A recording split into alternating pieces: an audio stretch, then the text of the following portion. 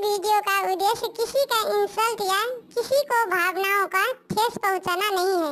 इस video का सिर्फ और सिर्फ मनोरंजन के लिए बनाया गया है।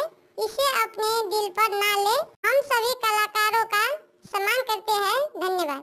बाबा बोले ना चलियो हमारा या पान नागरी, पान नागरी हो पान नागरी।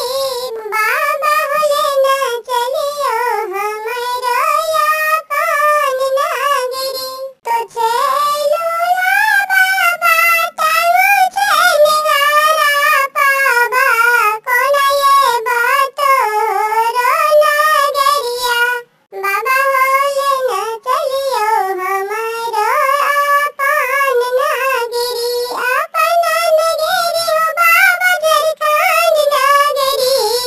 बाबा हो आँखों का छिए अंधा हमको ना ये बतौर नागरी, तोहर नागरी हो बाबा झारखंड नागरी।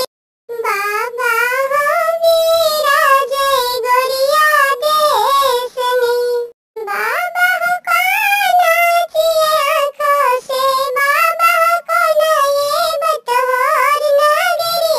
बाबा बोले ना चलियो हमारा या पान नागरी, बाबा पान नागरी हो झारखंड नागरी।